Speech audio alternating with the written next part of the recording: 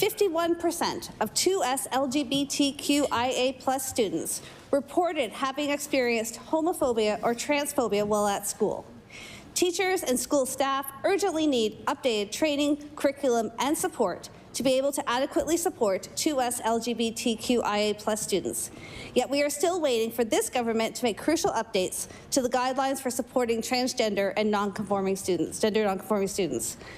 Will the minister stand today and assure 2SLGBTQIA+ students and their families that an update to the guidelines will be delivered by the end of this school year, June 2023? I recognize the Honourable Minister of Education. Thank you, Madam Speaker, and thank you to the member opposite for the question. Madam Speaker, all children have the right to live and learn and grow in a space where they're respected and where they belong, where they feel safe, where they are safe. Madam Speaker, the well-being, health and safety of our 2SLGBTQIA+ students is incredibly important to our government, to the department and to regions, and that's in fact why we do the work around that student success survey and why we disaggregate that data so we have an understanding of the experiences of our students.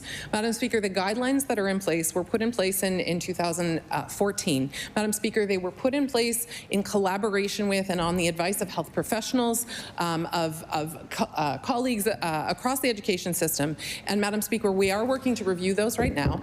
I recognize the Honourable Member for Halifax Citadel Sable Island. We've known that 2SLGBTQIA+ students are vulnerable in our school system for years now. This sense of vulnerability and the anxiety that comes with it is only worsening.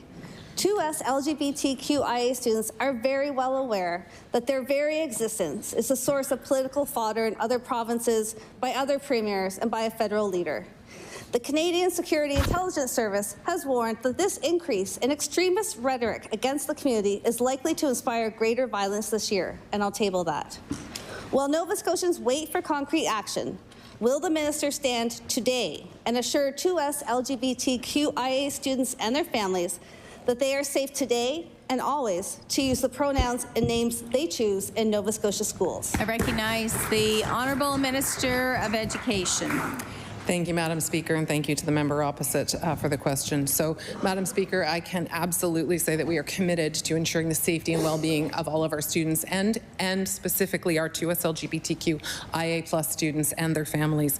So, Madam Speaker, it's more than guidelines, and ensuring the safety of our students within classrooms is more than about guidelines and policies. And so, what does that look like for our 2SLGBTQIA+ students? Well, that means we also need to ensure that our school spaces are spaces that they see themselves reflected in. So, Madam Speaker, beyond policies and guidelines, that means having resources that reflect their families, all of our families and the diversity in communities. Madam Speaker, that also means that we have training in place for our educators, and that is in place, Madam Speaker. We'll continue to work towards the safety of these